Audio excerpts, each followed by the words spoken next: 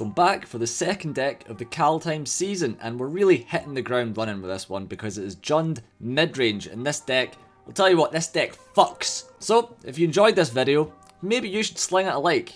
If you really enjoyed the video, think about subscribing, or actually subscribe. And if you really enjoyed the video, you can follow us on Facebook, Twitch, and Twitter. The links are in the description, so let's get to the deck list. So, I think that if you know really anything about Magic, you're going to look at this deck list and you're going to go, you know what, Tony, you're right, this deck list does fuck. And you can see it's just split into very nice sections because we've got our adventure package, we've got our ramp package, some removal, and then payoffs for all the mana that we're going to have. Now all these elements really come together to make a really solid deck. Right, so now, just to be completely transparent, I've only played this deck in gold so far. However, I absolutely annihilated my way through gold. Only dropped like one game through the whole thing. Now, normally, if you're new to this channel, I pretty much only exclusively play it in diamond, but the season just reset, and I wanted to just get straight to showing you decks without trying to grind my way to diamond before I can do that. So, I played this, and really, we could sell this deck as, if you are in gold and you want to get out of gold fast, this is the deck that you should be playing. Or this is one of the decks you could play, rather. So let's jump into the specific sections of this deck, kind of talk about how it operates before we get onto the clips. So, we've got our adventure package, which at this point is just a staple of standard. So great for getting value out of these cards, so great for fending off various, like, you know, you've got this against aggro, this can hit like mana dorks and weenie guys. And then Edgewall Innkeeper is just insane for generating advantage off these things.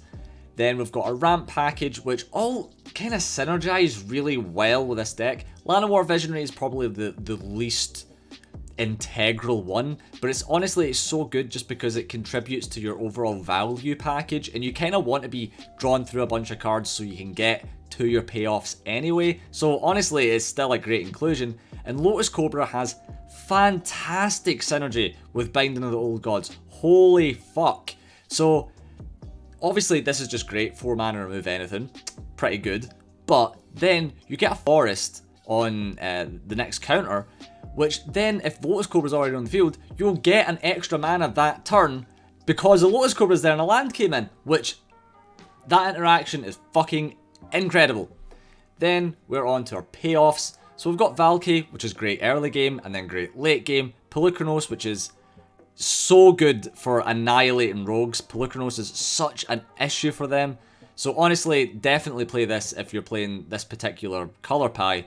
Then Goldspan Dragon is like the MVP of the deck. This card is so good. Personally, it's $15 right now. I cannot see this ever going down. This has to be along the lines of Quest and Beast.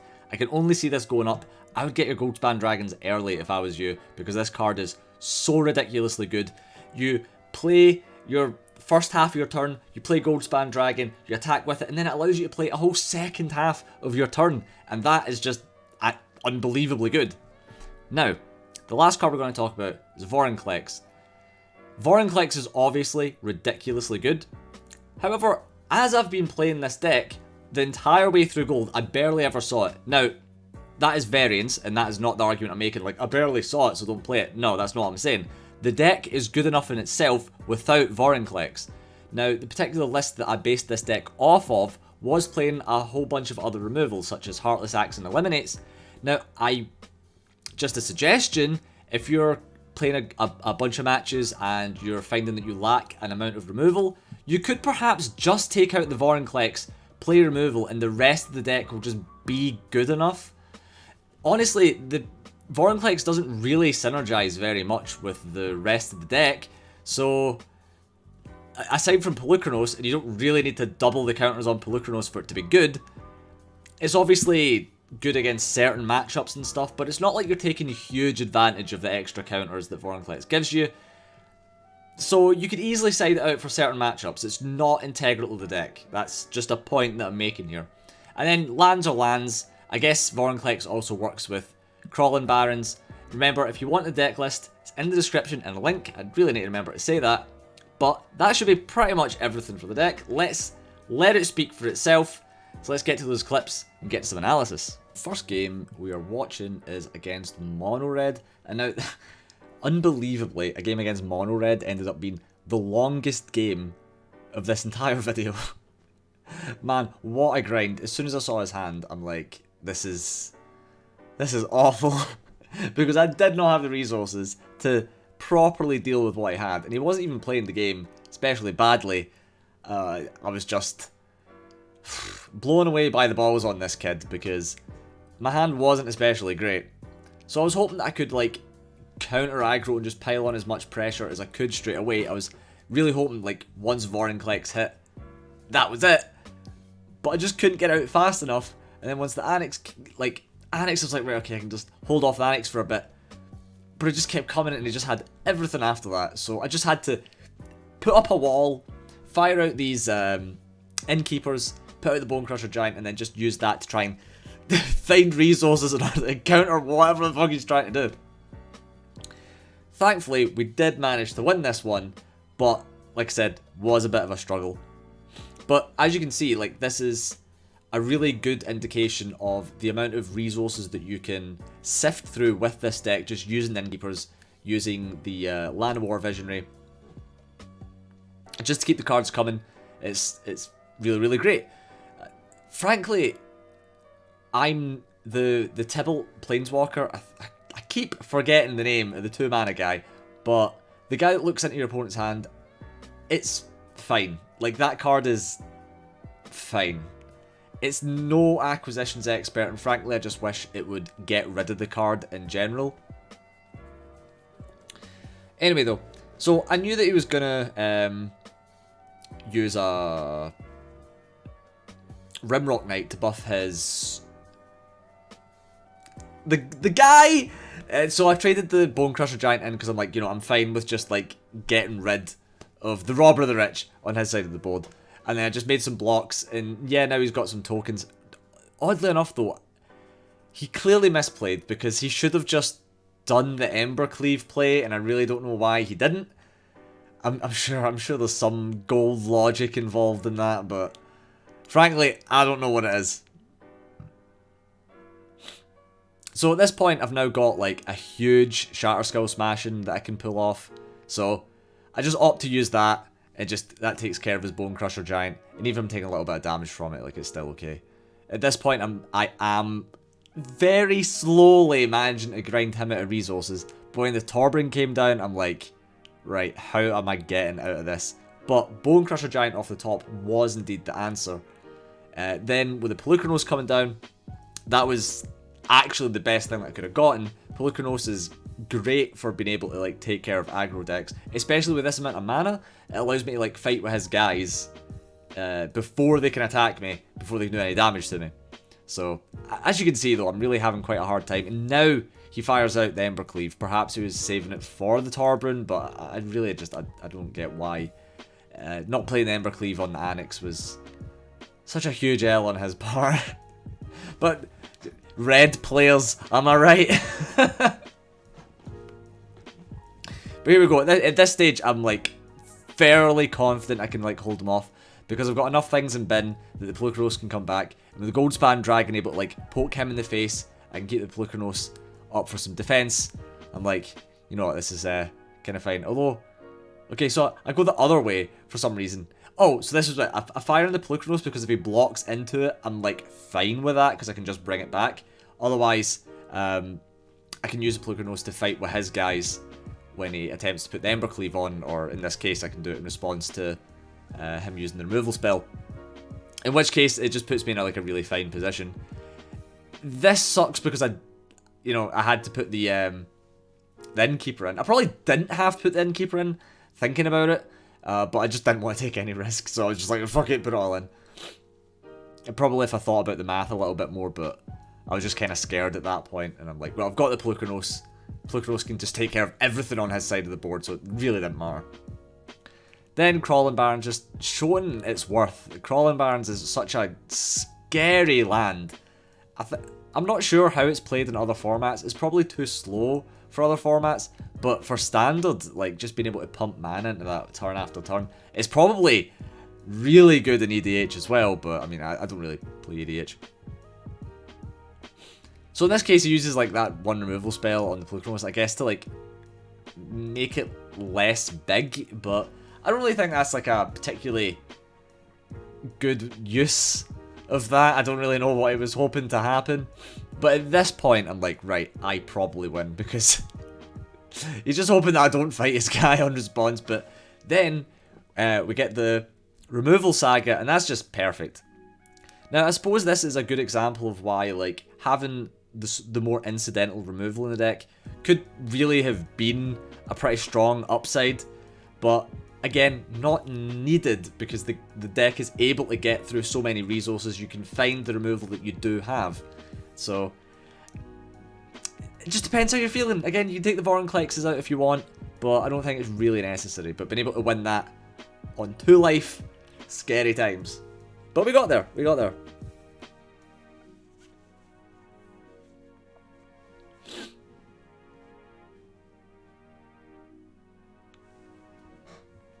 So here we are. Yet again, we are picked a pretty strong hand here with the Innkeepers plus a whole bunch of adventure guys.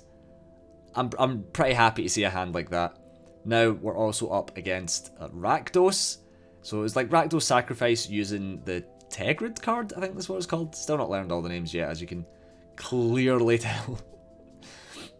But frankly, like, it's almost like, you know, when the adventure cards came out, they were really, really good, obviously, but they've just hit a whole new level in terms of how people have been using them over the last few months, and just now it's just a case of like, right, find adventures and start piling things on top of them. It's really, really crazy. So this card is kind of scary. Where like discard 2 cards isn't really that strong, but I wasn't in the greatest of positions to begin with, so I was a little bit like, ugh, you know. But seeing Polukranos was quite nice. Just after the success of the game previous, I was like, well, Polukranos is now my new best friend. Now, that Tegrid card is really, really cool. I think there's actually a very interesting combo. I'm sure, I don't know if the card exists in Standard anymore, but it's like an instant and your opponent has to like sacrifice a guy. Liliana's Triumph, I know, existed and done the same kind of thing, but I'm not sure if there's a card that does the same thing currently in Standard. I think it's like Faraka's Libation or something like that, but I can't remember if it's your opponent sacks a guy at instant speed. Point is, the Liliana was like super easy to take care of, and this guy's just essentially burnt himself out of resources like super hard, even after making me discard 2. So at this point, I was pretty happy to just take the game, but he does then put down Tegrid, and at least I think it's called Tegrid. And the card's really, really good, actually. Now, I'm just hoping to just go, right, fuck it, let's just pile on the pressure. But I didn't really want any of these guys to die. There's no point in swinging them with 1/1s, and he can easily just, like, kill the Bonecrusher, and that's not particularly great. Now, this Skull Raid or whatever, I thought this was really quite cool. Because it also works with discarding, so he's like discard and sack deck. I actually think there could probably be really, really good builds based around Tegrid using that, so probably something I'll definitely try out. But clearly with this deck, just wasn't good enough, bro. So I thought I had enough mana to play Tibalt, but I didn't, so that's quite annoying. So I was like, fuck it, just opt to play the Bonecrusher Giant, draw some more cards, because that is our favourite thing to do. But in the meantime, he's been allowed to get like an amount of extra resources. Liliana comes down, but then we've got Goldspan Dragon. Somehow, again, I don't have enough mana for it. The amount of times that I've ended up like running, like not running out of mana, but not having double red has been crazy. But as you can see, this deck just has such great coverage, like especially late game where the Tibalt Planeswalker can just come down and just like nuke a thing off the board, and then you get to cast it. Crazy good. Crazy, crazy good. So I think that Liliana plus Tegrid combo is like really, really strong. So I think his deck's actually really, really cool. I just don't think he was able to get his engines going quite well enough. So it is what it is. Probably Abzan. Maybe with the green ramp you can get the stuff out a bit quicker, but Oh well. So now we're on to White Weenie, which, honestly, like, White Weenie is, or rather, it's not White Weenie so much as, like, White Lifegain is super strong at the moment, even after going into Kaldheim. Like, the shell of the deck that was there is still fantastic. It can put down tons of pressure. It's got such a aggressive curve. And it can be such a pain in the ass to, like, deal with stuff when they've got, like, Alseid and Selfless Savior. So you need to, like, work around those kind of things. Honestly, I don't feel that Skyclave Apparition is, like, that big a deal. Probably a very hot take here, but when we've got Goldspan Dragon, which just allows us to do whatever the fuck we want, whenever we want, and it's super aggressive and hard-hitting, I really don't mind so much. So the current game plan is to try and just get at least something off his board so the Heliod isn't going to be attacking me, because that admittedly is scary. So I'm like, wait, well, Polukranos can just essentially block in forever. So Goldspan Dragon, getting me some mana, which allows me to play whatever I want at this stage. So instead I use it to fight, which gets the Skyclave Apparition away, gives me just an incidental blocker, and Heliod isn't coming down. And I've still got enough mana to cast a token, which is another blocker, which in this case is like super, super good. So obviously he had another, like, a 2 mana guy, or rather a 2 white pip guy, being the Lurrus. Gets back the Alseid. Oh no, he doesn't get back the Alseid. What did he get back there? Oh, I missed that, clearly. But so the Alseid is, like, a big issue just now.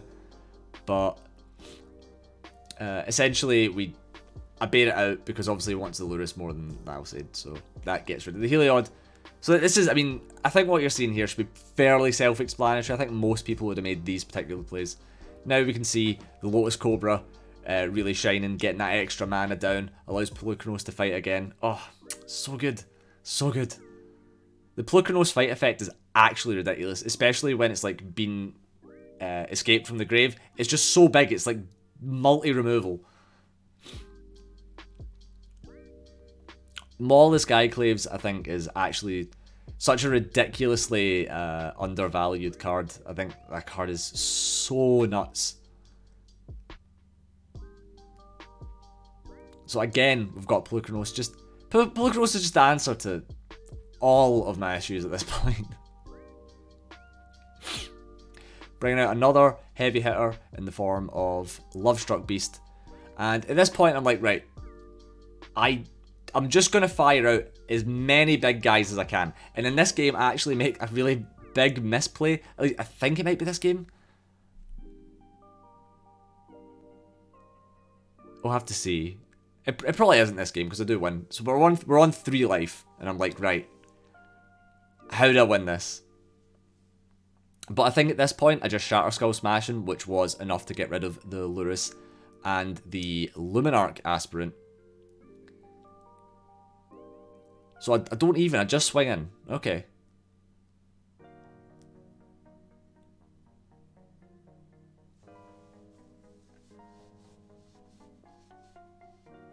Oh, okay, right, so we do use the Shatterskull Smashing. I don't know why I didn't use that straight away, to be honest. So there was a big mistake. If I'd used the Shatterskull Smashing straight away, perhaps I swung in with a Goldspan Dragon, so I had enough mana to use it. But if I just got rid of the Lurrus, all he would have had was the Luminarch Aspirant, and I could just have swung in and I've probably kept a Lovestruck Beast because he couldn't have used the Heliod to block into it. So I did actually make a misplay there. Now looking at it, I should have just Shatterskulled first, and I really don't know why I didn't. Now, with the amount of mana, with the amount of life that I'm on, I am shitting myself right now. Because I can't swing in with the Goldspan Dragon because it's the only thing keeping me alive. And I don't have enough things in grave to get the Polukranos out. So at this point I'm like, right, well, I'll just swing in things that aren't the Goldspan Dragon and hope that's, like, enough.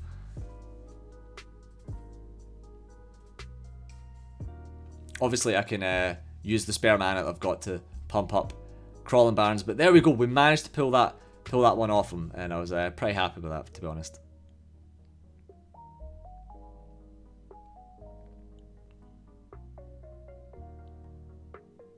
So I can't quite remember what this particular game is. I think it is nil.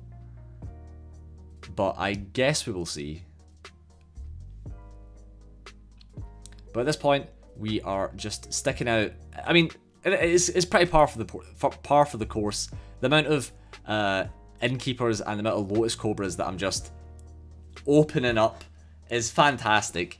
So it just allows me to essentially just win and get value like early game. This one thing about this deck does really, really well is just get really good early game pushes. You can stabilize like super well. Even if your opponent is like doing stuff, you're always building up to being like just really chunky and explosive, which is pretty cool.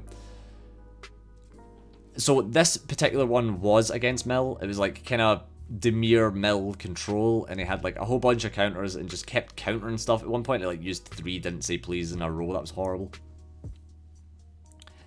So obviously, I really don't want it. I don't want him to end up taking the game with him, like super, not quickly, but if I just put everything out whilst I can, which is Goldspan Dragon is super good for doing that because of all the extra mana it gives you. Now, this is something that happens here. I almost lost because of very bad tapping. So just watch what happens. And I could have won in like 1 turn, but then Polukranos Fight Effect didn't tap all 3 treasures, but it did tap for some reason, the Llanowar Visionary.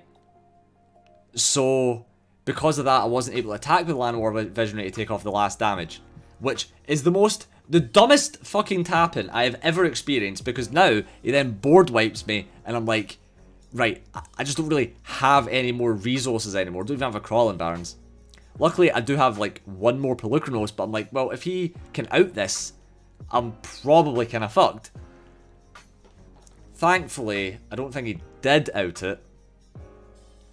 But he certainly could have, because the Solemn Simulacrum could easily have gotten something. Luckily, the Polukranos can fight twice, but you know, if he drew like I don't really know what he could have drawn in terms of like removal. Oh, in fact, he did actually draw removal. I totally forgot. He drew that. The one thing.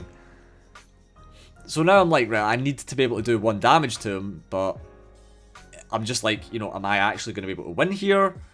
Because maybe he'll just have enough resources to control the rest of the game, because I basically don't have anything. Luckily, we get the Goldspan Dragon. I'm like, right, this needs to hit. It doesn't hit. Yet again, and I would have won the game turns ago.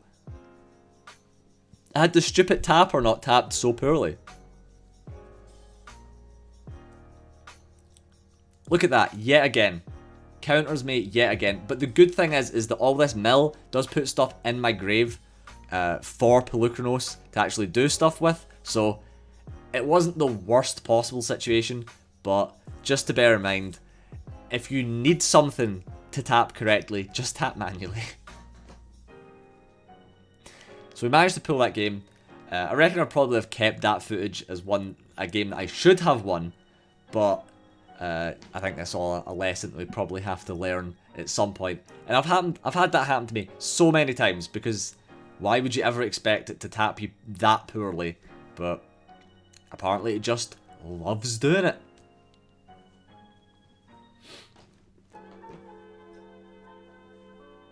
So I think this particular matchup was Orzhov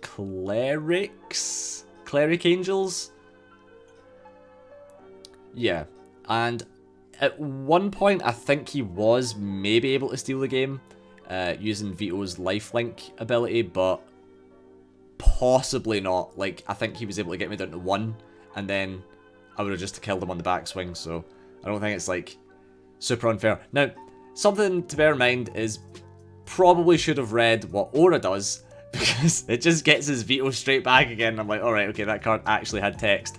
I should probably watch out for that in the future. Because had I known that Aura was going to get Vito back, I think I would probably have just played the Llanowar Visionary and just left it at that.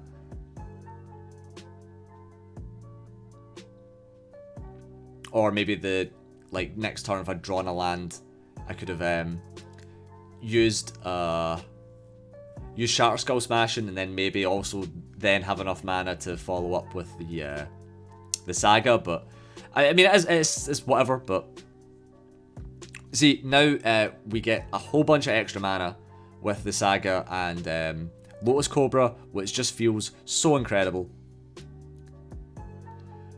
I feel like I should... Honestly, I feel like I should probably have used Shatterskull Smashing instead of doing what I'd done there. If I'd used Shatterskull Smashing, I could probably have killed, like, the Veto plus something else. And that would have probably been better than establishing the Goldspan Dragon at that particular point, for being completely honest. Because his board is looking kind of chunky, and that Veto, especially being on 9 life, he could easily just swing in with the team and burn me for game. So, it was kind of worrying. Now, the reason why I didn't block that was because I assume he has Malika Rebirth in his hand, where he's just going to, like, reborn the little 1/1 guy, Archfiend's Vessel, so. But luckily, we've got the double Innkeeper, as we always seem to have, because we're drawing so many cards. And at this point, I'm like, right, go as wide as possible, just so I can block his entire board and make sure I don't die. So I swing him with the Goldspan because he's got nothing in the air, and I just want to try and put pressure on him. But at this stage, I'm on 6 life. Luckily, his guys don't equate to 6 attack, because otherwise you could have gave him a lifelink and swung in with a Veto and killed me. So, thank Christ that wasn't the case. Now, I made another mistake here, where I accidentally didn't attack with the left-hand side of my board. Because at this point, I'm like, right, I can just swing in with everything, and that is enough to be game, but I didn't swing in with the token and all the things to the left, which would have absolutely been game. Had he made enough correct... Like, so he does have to block all of this stuff, but perhaps he could then have drawn a board wipe or something really horrendous. But in this case, he does just, like, scoop after this attack. Thank God. But I meant to attack with everything, and then accidentally didn't, so... That was quite a big mistake on my part. But there we go. Managed to win that game fairly easily. Easily enough. But you need to remember that I think I dropped about 3 games the entire way through gold. So maybe not even that. Maybe even less. Maybe like 2. Enough to the point where I'm like, if you play this, you're just going to smash your way through gold and you're going to have a nice time getting the platinum. So, and honestly, I really feel that this deck should be able to get you through platinum as well. I could not understand why it wouldn't be able to do that. So we are up against the deck's like rival deck, I suppose you could say. People are currently talking about Naya Adventure, which is what this deck is. And honestly, it just wasn't. I don't think Naya Adventure really is that insane. I mean, if you take what Naya Adventure already is, and then just add that Saga, this one here, the Saga's good, don't get me wrong, but 4 mana do nothing. I just there's better things I'd rather do with 4 mana, if I'm being entirely honest. Like, I get that the card is good, I get it, but I would rather just put pressure down, and that's just me. With this deck, when it comes to turn 4, when you've got Lotus Cobras and stuff, I really feel like I'm doing way more with 4 mana than that one particular Saga. But that's just how I feel. I think most people are probably going to disagree with me on that one, but I'll just wait until that Saga makes the Twitch tournaments before I'll say that I'm wrong. Plus, if you're playing Naya, right, you don't get to play Binding of the Old Gods. And that card is fucking amazing, so we hit his Giant Killer. And we've still got the Lovestruck Beast, but I'm like, you know what, Goldspan Dragon can attack over. I'll just pop the token so the Lovestruck Beast can't attack me back. And there we go, we've got double Goldspan Dragon. Sick. He got basically no value out of that Saga as well. Can we just make that as a point? Like, what did he even really do? Now, here's a card that is good, which is Great Henge, which I think Great Henge could probably fit very snugly into this deck, if I'm being entirely honest. Perhaps you could probably play Great Henge over Vorinclex if you really wanted to. I don't think it's like a necessity to play Vorinclex, but So even with the Great Henge out, by the way, I still beat this guy. And I think that's just a testament to just how much pressure this deck can put down. Like, I'd won the game turns before this because having big, hasty flying guy is just so incredibly good. I don't care what anyone says. It's just way, way, way too good. So he tries to swing in. I didn't even... So the reason why I blocked here is because I did predict the Embercleave, and if I hadn't blocked, I would have lost because of it. So I think I made a good prediction there, and I'm like, right, there's no point even taking any chances from Embercleave. Let's just make the block, make sure I don't die, and then the game's mine. So that is Jund Midrange Adventure. And the deck is very, very good. And very fun, might add. The deck feels very fun, very solid. And hopefully you enjoyed this little analysis video. And hopefully I'll see you in the next one. Remember to subscribe. Catch you guys later.